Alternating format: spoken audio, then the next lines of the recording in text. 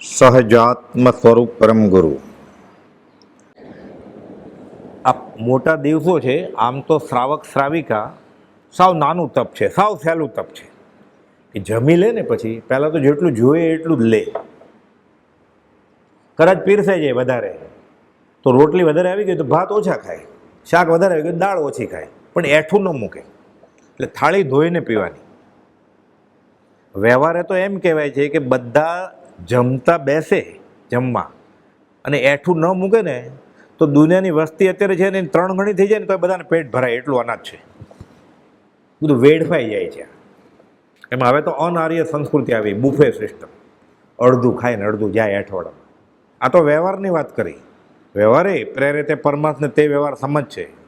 પરમાર્થે સમૂર્ચિમ જીવ, નર અને માદાના સંયોગ વગર જીવ પેદા થાય. અંતર મુહૂર્તમાં એઠવાડ હોય ને, 2 એઠવાડા ભેગા થાય, અથવા આપણો એઠવાડ હોય, અથવા બુફેમાં એઠા હાથે ભાત લે, ફરીવાર દાળ લે, અથવા વાસણ ખાધું એણે અને થાળી ધોયા વગર મૂકી દીધી. એટલે હજી આપણે આવીએ ને રૂમમાં અંતર મુહૂર્તમાં, એટલે 8 સમયથી વધારે અને 2 ઘડી અંદર એ આપણે જમીને ઉઠીએ એટલે તરત થોડો થાળી ઘસવાનો છે. એ જમશે ને માણસ, 100 જણા જમશે, પછી એનો વારો આવશે.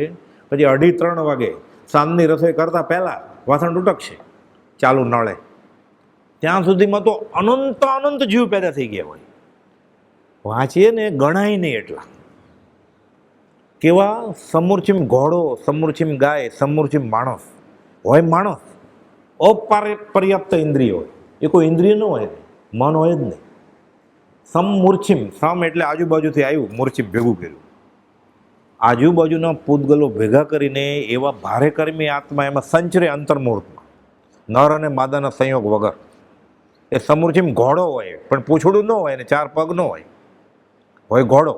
એનો વારો પતી ગયો, માણસ થઈ ગયો. એનો દુર્લભ મનુષ્ય દેહ છે ને, એ સમૂર્ચિમ જેવી અઠવાડિયામાં પેદા થયો આપણે થાળી એઠીમાં. એનો વારો વયો ગયો મનુષ્ય ભાવનો.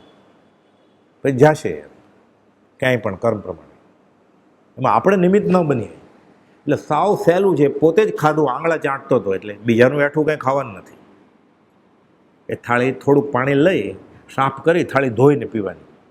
એક ભાવને ભાવ, ત્યાં પર્યુષણમાં આપણે વાત કરેલી કે મારા તરફથી બધાને 50 રૂપિયાની પ્રભાવના કરજો અને આ વાત કરજો. એટલે હું ખાલી કુરિયર સર્વિસ આંગળીયા તરીકે આ વાત કરું છું. એ ભાઈ તરફથી બધાને 50 રૂપિયાની પ્રભાવના છે. શિરાસાટું શ્રાવક થાય તોય સારું, તોય કોણ થાય છે. ઘંટ વગાડવા હોય તોય સારું, પ્રસાદ લેવા આવે તોય શું વાંધો છે. આજ નહીં તો કાલે સવળી આવશે.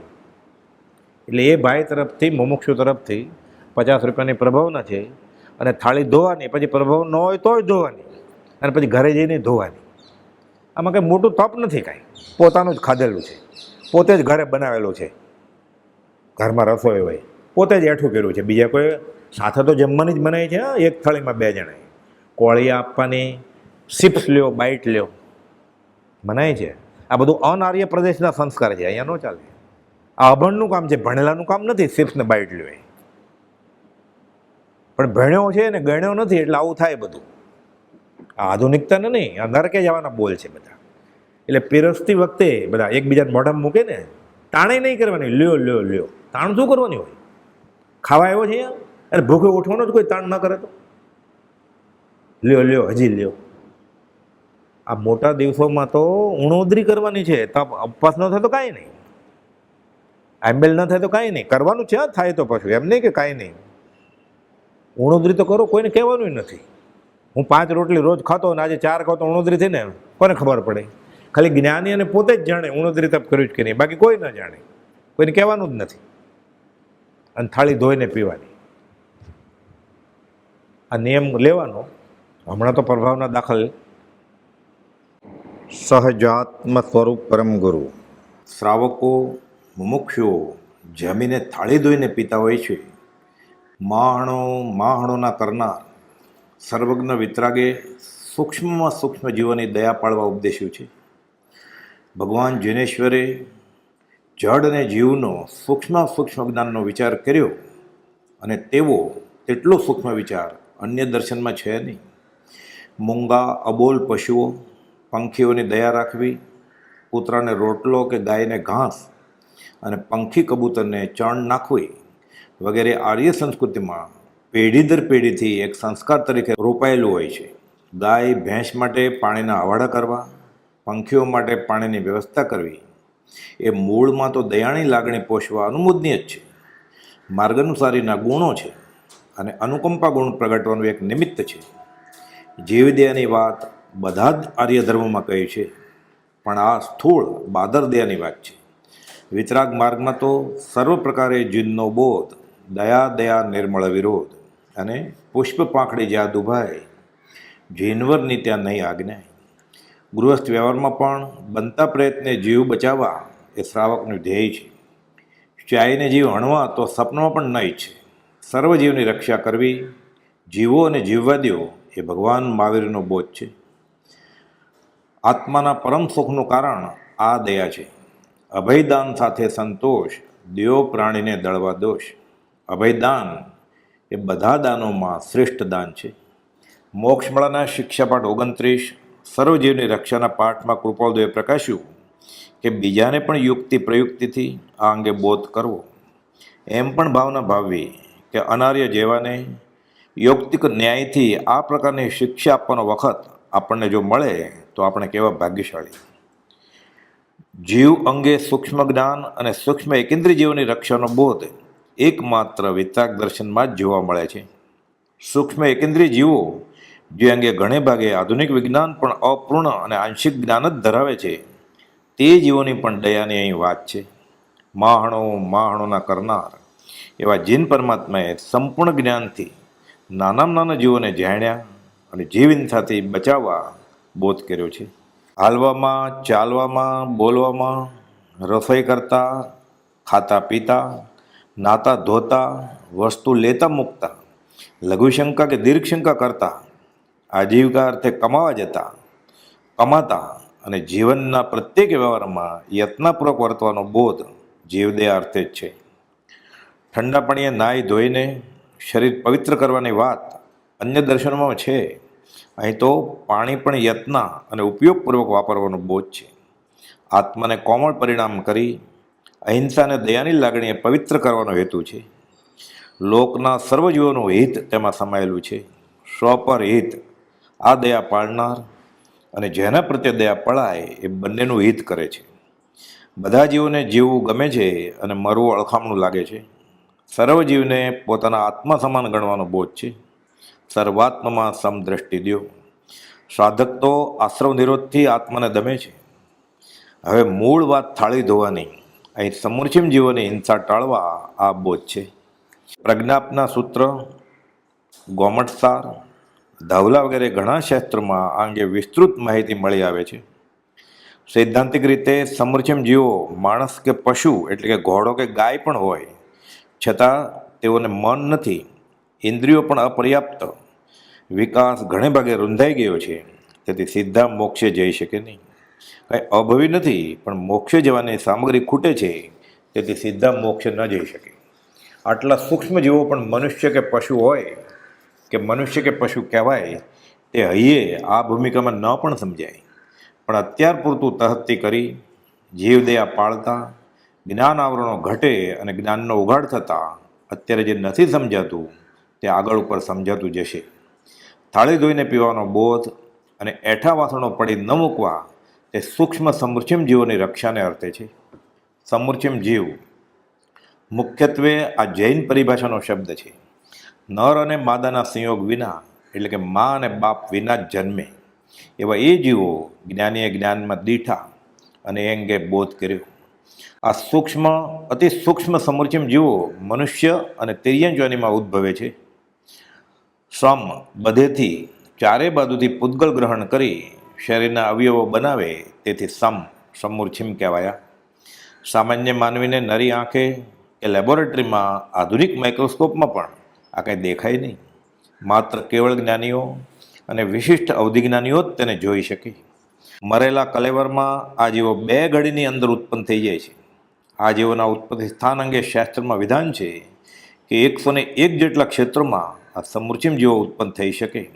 15 કર્મભૂમિના ક્ષેત્રો, 30 અકર્મભૂમિના ક્ષેત્રો, 56 અંતર્દ્વીપના ક્ષેત્રોમાં પણ આ જીવો ઉત્પન્ન થાય. આ સૂક્ષ્મ જીવોને પણ 3 પ્રકારના શરીર હોય છે: કાર્મણ શરીર, તેજસ શરીર અને ઔદારિક શરીર. 5 ઇન્દ્રિયો છે પણ અપર્યાપ્ત, એટલે વ્યવહારે જોતા ઇન્દ્રિયો નહિવત, નહીં બરાબર જ. મન ન હોય એ રીતે અસંગની જીવના ભાંગામાં આવ્યા. આયુષ્ય સામાન્ય રીતે અલ્પ સમયનું, અંતર્મુહૂર્તનું જ હોય એમ શાસ્ત્રમાં કહ્યું છે. 8 સમયથી લઈને વધુમાં વધુ 48 મિનિટ સુધીનું આયુષ્ય હોય છે. તદ્દન સૂક્ષ્મ કદ, 1 અંગુલના અસંખ્યાત્મ ભાગ જેટલું જ માત્ર તેઓના શરીરનું કદ હોય છે. સમૃચિમ જીવોને નર ન કહી શકાય, માદા પણ ન કહી શકાય, કેમ કે તેઓને પુરુષ વેદ કે સ્ત્રી વેદ સંભવે નહીં. નપુંસક વેદ જ સંભવે, આ કેવળી ગમ્ય છે. દેવ અને નારકીને નિયમથી વૈક્રી શરીર હોય જ, અને સમૃચિમ જીવોને ઔદારિક શરીર હોવાથી તે દેવ અને નારકીમાં જન્મે નહીં. દેવ નારકી સિવાય બીજે ઉત્પન્ન થાય. આ રીતે સમૃચિમ જીવો 24 દંડકમાંના 10 ભવનપતિ, 1 વ્યણતર, 1 જ્યોતિષક, 1 વૈમાનિક મળીને 13 દેવ અને 1 નારકી મળી આ 14 દંડકમાં ઉત્પન્ન થઈ શકે નહીં. બીજા 10 દંડકમાં ઉત્પન્ન થઈ શકે એ બાકીના 10 દંડક એટલે 1 મનુષ્ય, બીજું તિર્યંચ અને 1 ઇન્દ્રિયવાળા 5 અને 2, 3 અને 4 ઇન્દ્રિયવાળા એકંદરે 3 વિકલેન્દ્રિયો. આ ગતિમાં સમૃચિમ જીવો જન્મ લે. સામાન્ય રીતે આ જીવો અસંગની અને મિથ્યા દ્રષ્ટિ જ હોય છે, પણ અમુક શાસ્ત્રોમાં એવો ઉલ્લેખ આવે છે કે સમૃચિમ જીવ સંગની પણ સંભવે અને તિર્યન સમૃચિમ જીવને સંકિત પણ થઈ શકે. જો કે આ તો અપવાદ રૂપે ક્વચિત સંભવે એમ. મૂળમાં દયાના પરિણામ પામવા, દયાના પરિણામ જાળવવા આ જીવોના જન્મ સ્થળો વિચારવા જાણવા જરૂરી છે. 14 મુખ્ય સ્થાનકો છે કે જ્યાં આ જીવો જન્મે છે. થૂક, લાળ, એઠવાડ, મળ, મૂત્ર, બળખા, નાકની લીટ, ઉલટી, રુધિર, પરુ, વીર્ય અને સુકાયેલ વીર્ય પૂતગલો ફરી ભીંજાય ત્યારે આ જીવો ઉત્પન્ન થાય છે. 2 ઘડી બાદ મનુષ્ય કે પશુના મળદામાં પણ ઉત્પન્ન થઈ જાય છે.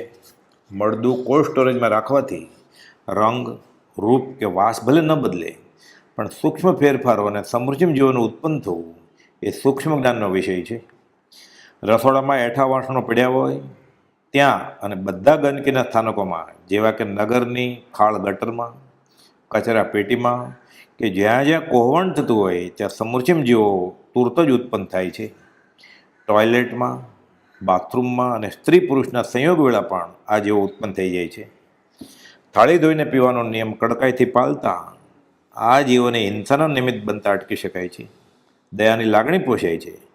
એઠા વાસણો ભેગા ન થાય તેમ ઉપયોગ રાખતા આ પાપથી બચી જવાય છે. બુફે જમણવારમાં જવું અને ખાતી વખતે એઠા હાથે ચમચા વગેરે પકડવા તે પણ એઠું થવાથી સમૃચિમ જીવોનું ઉત્પત્તિ સ્થાન બને છે, મહાપાપનું કારણ બને છે. બુફે વગેરેમાં જમણેરી મનુષ્ય ફરી ખોરાક લેતા મૂકતા ડાબો હાથ જ વાપરવો એ સભ્યતા ખાતર અને જીવદયા અર્થે સહેજે પાળી શકાય એવો ઉત્તમ નિયમ છે. આધુનિકતાને નામે એકબીજાને મોંમાં સામા કોળી આપવા, તે વખતે પણ એઠા હાથ અને લાળ ભેગા થતાં સમૃચિમ જીવો જન્મે છે. એક થેળીમાં 2 કે વધુ વ્યક્તિઓએ સાથે જમવું, એક ગ્લાસનું કે એક બોટલનું પીણું વારાફરતી એકબીજાને પીવું કે પીવડાવવું એ જીવ હિંસા અને પાપ નોતરવા જેવું છે. શિપ્સ અને બાઇટ્સ આપવા તેવી પ્રવૃત્તિથી આ જીવો તુરત જ જન્મે અને પછી મરે. એ તો પોતાના આયુષ્યને આધીન બધા, પણ આ જીવ નિમિત્ત બની પાપ વોરી લે છે. પરમ કુલદેવ વચનામૃત 19 વચન સપ્તશતી 700 મહાનીતિમાં 418માં બોલમાં બોલ્યું છે કે પરસ્પર કવળ આપવું નહીં, લવ નહીં. એકી સાથે એક થાળીમાં 2 કે વધુ વ્યક્તિઓનું જમવું તે અધ્યાત્મની દ્રષ્ટિએ નિષેધિત જ છે. અને શિપ્સ અને બાઇટ્સ આપવા કે લેવા એ આ રીતે પાપનું નિમિત્ત બને છે. એકબીજાને લાગણીના ઉભરા આવે કે માત્ર ઉપલક દેખાડવા માટે ભેટે અને અંગો સંપર્કમાં આવે, ચુંબન કરે, પરસેવો, લાળ વગેરે ભેગા થાય ત્યારે આવા બધા પ્રસંગોમાં સમૃચિમ જીવોને પેદા થવાનું કારણ બને છે. પ્રસૂતા અને માસિક ધર્મમાં હોય ત્યારે પણ અશુચિમાં સમૃચિમ જીવોને પેદા થવાનું કારણ બને છે. સ્ત્રી અને પુરુષના ગુહ્ય ભાગોમાં વીર્ય અને રેતનો સંયોગ થતાં અસંખ્ય સમૃચિમ જીવોને પેદા થવાનું નિમિત્ત બને એવું વાતાવરણ ઊભું થાય. મૈથુન સેવન એક મહાપાપ ગણ્યું છે, તેનું આ એક કારણ પણ છે. આધુનિકતાના જુવાળમાં બુફે વગેરે જમવાની પદ્ધતિ, બધું ડિસ્પોઝેબલ, વાપરો અને ફેંકી દો, યુઝ એન્ડ થ્રો. તેમાં ખાદ્ય પદાર્થો, અડધા ખાધા ન ખાધા, એકબીજાને ઘૂંટડા આપ્યા કે આમને સામે મીઠાઈના ટુકડા મોંમાં મૂક્યા કે લીધા, એ રીતે એઠું આપલે કરવું, તેમાં આ જીવોની ઉત્પત્તિ અને નાશ અને જીવ હિંસાનું પાપ ગણાયું છે. મળ મૂત્ર રજસ્વલા દરમિયાન અશુચિ જન્મે તેવા પ્રસંગોમાં અને જીવન વ્યવહારમાં રોજબરોજની ક્રિયાઓમાં પણ ઉપયોગ રાખતા જીવ હિંસાથી સહેજે બચી શકાય એમ છે. નવજાત નાના બાળકોને પણ એવા ટિશ્યુ પેપર અને ડિસ્પોઝેબલ નેપકિન વગેરેમાં લપેટી ફેરવવામાં આવે છે. બહારથી ઘણું શોભિતું લાગે, પણ તે બાળકના મળમૂત્રમાં સમૃચિમ જીવોને પેદા થવાનું કારણ બને છે. આ મહાપાપનું કારણ છે. ભલે પોતાને ન દેખાય, પણ વાત છે માન્યાની. જ્ઞાનીએ તો જ્ઞાનમાં જોઈ, કરુણા બુદ્ધિએ બોધ્યું છે, માત્ર કહેવું પરમાર્થ હેતુથી કોઈ પામે મુમુક્ષુ વાત. 14 પ્રકારના સમૃચિમ જીવો ઉપજે છે, તે સંબંધી પાપ દોષ લાગ્યા હોય તેને નિમિત્ત રીતે સવાર સાંજ આલોચના કરી લેવાની હોય છે. એક વખત જીવન પદ્ધતિમાં નિયમ દાખલ કરી દેતા પછી બહુ અઘરું પડતું નથી, અને જ્ઞાનીની આજ્ઞા માનવાથી અને જીવ રક્ષાના અને જીવ દયાના ભાવથી પુણ્ય ઉપાર્જન થાય છે, અને જ્ઞાનીની આજ્ઞા ઉઠાવવાનું મહત ફળ હાંસલ થાય છે. જીવન પદ્ધતિમાં જેટલો બને તેટલો વિવેક અને યત્ન રાખતા જીવ આલોક અને પરલોકમાં સુખી થાય છે, અને પરંપરાએ શાશ્વત સુખને પામે તેવો આ જીનેશ્વરનો માર્ગ છે. જીનવર કહે છે, જ્ઞાન તેને સર્વભયો સાંભળો. 8 સમિતિ જાણીએ જો જ્ઞાનીના પરમાર્થથી, તો જ્ઞાન ભાખ્યું તેને અનુસાર તે મોક્ષાર્થી. આ પ્રકારની યત્નથી જીવન જીવતા જીવ આલોકમાં અને પરલોકમાં સુખી થાય છે. વિતરાગ માર્ગમાં આત્માર્થે છૂટવા માટે પગલું મૂક્યું કે પુણ્યના ઢગલા જ છે. ઓછી કે નહિવત માંદગી, લાંબુ નિરોગી આયુષ્ય, વ્યવહારિક અને પારમાર્થિક ઘણી ઘણી અનુકૂળતાઓ અને અધ્યાત્મમાં આગળ વધતા ક્ષયોપશમ અને જ્ઞાનનો ઉઘાડ એ આવા પુરુષાર્થથી બાંધેલ પુણ્યનું ફળ છે. એક અંશ શાતાથી કરી પૂર્ણ કામતા સુધીનું સર્વે અહીં જ છે. આજ્ઞા પાલન કરનારને બધું મળે છે.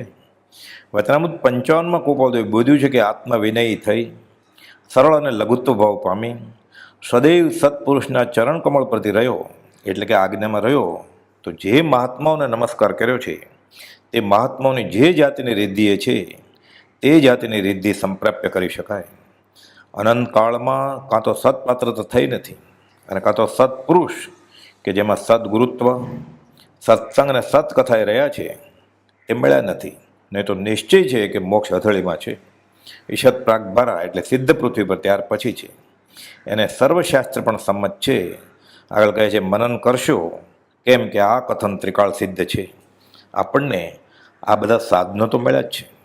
આ ચાતુર્માસમાં, આ પર્યુષણમાં હવે થાળી ધોઈને પીવાની ટેવ અમલમાં મૂકવામાં આવે, નિયમ લેવામાં આવે કે દિવાળી કે કાર્તિક પૂનમ સુધી આ નિયમ ઘર કે આશ્રમ કે મંદિર ધર્મસ્થાનકમાં કડકાઈથી પાળીશ, તો આત્માર્થ ધર્મકરણી કરતાં તેનું મહત ફળ હાંસલ થાય એમ છે. અને આત્માને આવરણ ખસતા સાધક કાયમને માટે આ નિયમો પાળે અને અધ્યાત્મમાં ઊંચી પાયરીએ ચડે તે સ્વયં પણ અનુભવી શકે. સત્પુરુષનું યોગ બળ, જગતનું કલ્યાણ કરો. સહજાત્મ સ્વરૂપ પરમ ગુરુ.